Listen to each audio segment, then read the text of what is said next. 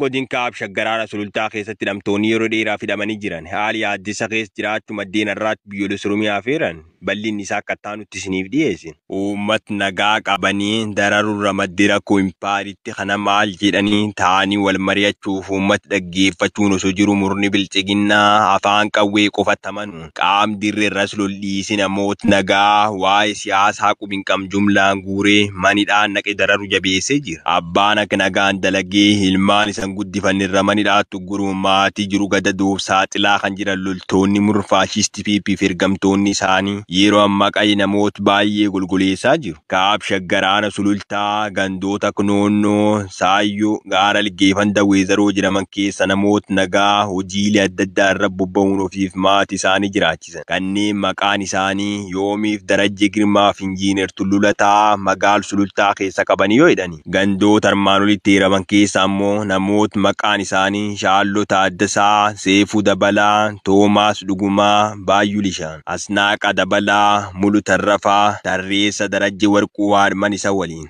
Aseen lafa Taaddasaa haadhmaati sadii kan taate magaalaan icha Caancootti baate afuriif isaa ol hidhamanii gidirfamaa jiraachuu jiraattonni dubbatu. Akka maddeeniif jiraattonni jedhaniin namoonni kunneen dhukkuboota gargara kan qabaniif yeroo ammaas dhukkubi isaanii manidhaa dhiphoo keessa gidirfamaa jiraachuullee itti dabaluun dubbatan. Godilli Wallaggaana Boojii Dirmajii keessa waraanni murpiippii uummata saamaa jiraachuu jiraattonni gabaasan. Jaalaqaafan fayyeeraa waan qindeeffatu qabu. Murni qabsoo qeerroo fi qarreen hedduun itti aarsaa ta'an butuun gara aangootti ba'ee bilchiginnaan afaan cululuffatee akka waan uummataaf dubbatutti fakkeessuun socho'us guyyaa tokkoofillee hawaasichaaf boqonnaa osoo hin kenniniif saamaa ajjeesaa fi gocha farrummaa irratti raawwachaa turuun beekamaadha. Haaluma kanaan godina lixa Wallaggaa aanaa Boojii Birmajii ganda hidhabuu xobbii keessatti guyyaa kaleessaa fulbaana 2024 bobba'uun nama maqaan isaa Galataa Sadii jedhamu jalaa sangaa tokko jalaa fudhachuun isa yoo qaban Ilfituu Hundeessaa ilma ishee Dagaagaa Galataa Dastaa Tamasgeenii fi Firoomsaa Yoonaas kanneen jedhaman gara mana hidhaatti fuudhanii deemuu maddeen ifoomsan. Rakkoo waraanni murna piipii uummata nagaa irratti raawwachaa jiruun uummanni iraarfamaa jiraachuun saamicha hidhaa fi gochoota suukkanneessaa danuun irratti raawwachaa jiraachuu jiraattonni irra deddeebiin himachaa turan. Godin Wallaggaana Saasigaat maqaa marii araara uummata Oromoof Beenishaangul Gumuuz jedhuun ergamtoonni bilchiginnaa hawaasa Oromoo irra reebichaaf saamichi raawwatan. Jaalqinna sabaa waan qindeeffatu qaba. Godina Baha Wallaggaa aanaa Saasigaa bulchiinsa magaalaa Balootii gaafa hagayya 29,2024 walgayii qaamoleen bulchiinsa bilchiginnaa naannoo Beenishaangul Gumuuzii fi kaabinoonni aanaa Saasigaa taasisan irratti marii araaraa kanaan dura taasifame akka hin milkoofne fi hawaasni keenya akka Oromiyaa keessa hin sochooneef kan danqaa ta'e uummata Oromooti jechuun bakka bu'oonni naannoo Beenishaangul Gumuuz yaada dubbatan giddu gala godhachuun akkuma walgayichi xumurameen waraanni sirnichaa naannoo lamaan irraa gara aanichaatti bobba'uun hawaasa nagaa irratti yakkoota gara jabinaa garagaraa raawwachaa turuun himamee jira. Haaluma kanaan aanaa Saasigaa bulchiinsa magaalaa Balootti waraanni sirnichaa uummata Oromootiin dirqama araaramaa jechuun reebicha ulfaataa fi saamicha hamaa irratti raawwatanii jiraachuun ibsameera. Ganda bareedduu Baloo jedhamu irraa guyyaa dheengaddaa jechuun gaafa fulbaana 2024 namoota hedduu irratti loltootni sirnichaa reebicha hamaa taasisuun namoota maqaan isaanii Makkaa Hasan harkaa fi miila cabsan, Hasan Ahmed Usummoo, Saanjadhaan Mataa Waraanaan, Kiimiyaa Muhammad, Aayishaa Sannii, Ahmed Kaliil, Ibraahimee Hussoo, Adam Sheek Ahmed, Sheek Abdul Barii Ibroo jedhamanii fi kanneen biroo hedduu ta'an reebuun miidhaa qaamaa ulfaataa irraan gaanii jiraachuu jiraattonni gandichaa ONM itti himaniiru. Dabalataanis ganduma kanarraa guyyuma kana waraanni sirnichaa jiraattota maqaan isaanii Muhammad Zeenuu Yuusuf jalaa dogdoqqee tokko, Obbo Bayyaan Qamar jalaa dogdoqqee tokko, Yaasin Saabit jalaa midhaan nyaataa kuntaala 9 fi madaaltuu hangaa saamanii jiraachuu maddeen keenya itti dabaluun arraata biyyoolessa Oromiyaaf himaniiru. Yuunivarsiitiin Jimmaa bulchiisota aanaalee godinichaa hundaaf raga barnoota suba kennuun dhaga'ame. jaalbilisa sabaa waan qindeeffatti qabdi. Murni nama nyaataa PP qaamolee isa jala jiran waan ta'uu hin qabne hunda raawwatee gammachiisuun impaayera jiguu geessu suphee ittiin aangoo irra bubbuluuf jecha seeraa fi qajeelfama mootummaan biyya tokkoo ittiin bulu cabsuun yeroo adda addaatti walii isaaniitti wal muuduu sadarkaa barnootaa walii ragaa sobaa fi doktora sobaa walii kennuu irratti argamu. Haaluma kanaan yuunivarsiitiin Jimmaa bulchiinsota aanaalee godinichaa hundaaf ragaa barnoota sobaa kennuun hojjettootni guungumaa jiru. Yuunivarsiitiin Jimmaa hooggansa aanaalee godinichaa kana dura ji'a sadaasaa keessa galmeessuun gaafa fulbaana 2024 hooggansa aanaalee baay'inaan 600 ta'aniif haala mijeessuun guyyaa tokko illee osoo sandaree seenanii hin baratin eebbisiisuun ragaa sobaa digirii lammaffaan yookaan maastersi kennameefii jiraachuu maddeen ONM eeraniiru.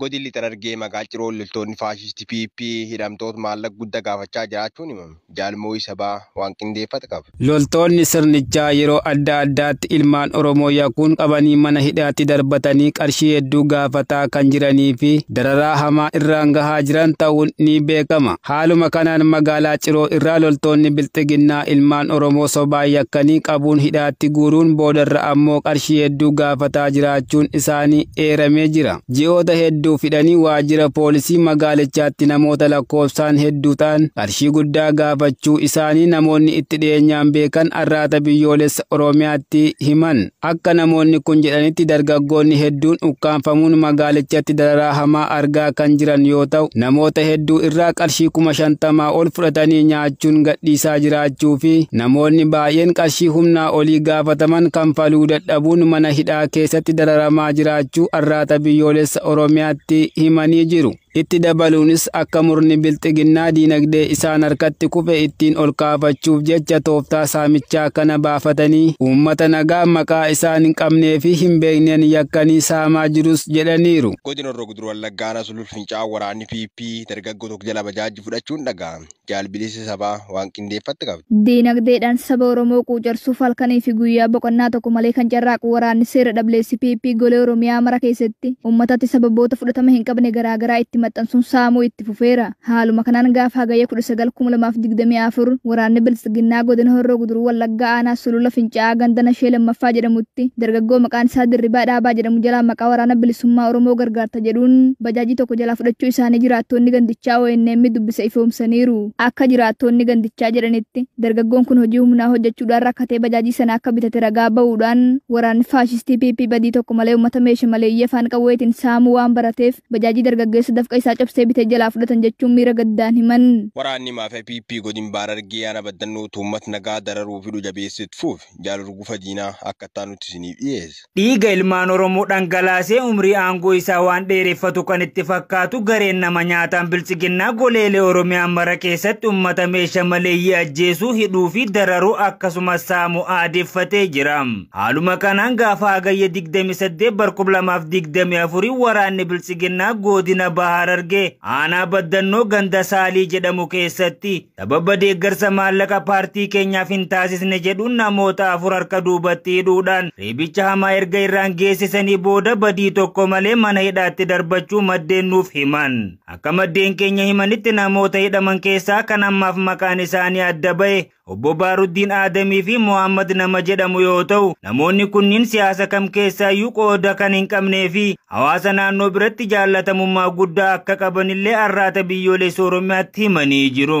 Aanaan Oromiyaa hundirra biltsiginnaan maqaa waraana bilisummaa Oromoo galchuun jedhuun nam tokkoon filachuun aadaa ammaan leenjisaa jiraachuun saaxilame. Guutuu gabaasa kana akka taanutti isiniif dhiyeesse. Godinaalee fi aanaalee Oromiyaa cufirra loltoonni PP maqaa waraana bilisummaa Oromoo galchuun jedhuun bif jaarsummaa waraana bilisummaa Oromoo mudhii hachiisuuf gabrummaa duraan baram jala deebisuuf magaala daammaan leenjii jiraachuun isaanii beekamee jira. Haaluma kanaan godinaalee Oromiyaa hundirra murni PP maqaa waraana bilisummaa Oromoo galchuun jedhuun gaafa gahii 23/2024 irra eegaluun abbootii gadaa jechuun kanneen PP muddaanaalee irra nam tokko waamuun magaala daammaan maqaa sossobni waraana bilisummaa Oromoo galchuun jedhuun leenjii adda kennaa jiraachuu namoonni dhiyeenyaan beekan irraatti biyyoolessa Oromiyaatti himan. Akka jiraattonni kunneen jedhanitti maqaa waraana bilisummaa Oromoo addeessuun uummataaf waraawwaltu buusuuf xiyyeeffam ta'uuf ololu waraanni bilisummaa Oromoo adda addaan qoodameera. Waraana abdachiisuu miti jedhuun hawaasa Oromoo waan abdii kutachiisanitti fakkachuun maallaqa guddaa baasanii hojjechaa jiraachuun hin Garuu tokkeen biyya laraa argannee yoo dabar pireezidaantiin Masir walitti dhufeenyi isaanii sirreessuuf imal taasisaniin Turkii seenan.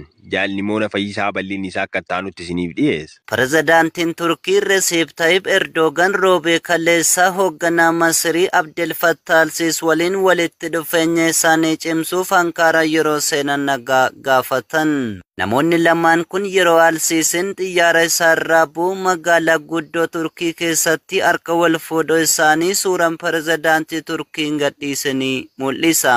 Hariiroon waggoota kurnan lamaan darbaniif qabbanaa erga ture booda hooggantoonni lamaan ji'a guraandhalaa keessa yeroo Erdogan Kaayiroo daawwatetti hariiroo waliigaltee haaraa uumuus dubbataniiru. Barkum 2013tti Ankaaraa fi Kaayiroon erga al-Sisiin ministeera ittisaa yeroo sana pirezidaantii Muhammad Mursii michuu Turkii fi qaama sochii Ikhwaan al-Musliim ta'e aangoo irraa kaasanii booda walitti dhufeenya isaanii addaan kutan. Hariiroon namoota lamaan gidduu jiru waggoota kurnan lamaan darban keessa waa dhufeera. Fedhiin isaanii dhimmoota hedduu irratti kan wal simu yoo ta'u, waraana Israa'elii fi Hamaas Gaazaa keessatti raawwatame dabalateeti. Waggoota kurnan lamaan darbaniif daldalli biyyoota lamaan gidduu jiru gonkumaa hin dhaabbanne. Turkiin michuu daldala Masirii shanaffaa yoo taatu, Masiriin ammoo Afrikaa keessatti Turkii ishee guddittiidha jechuun Anaadooluun gabaaseera.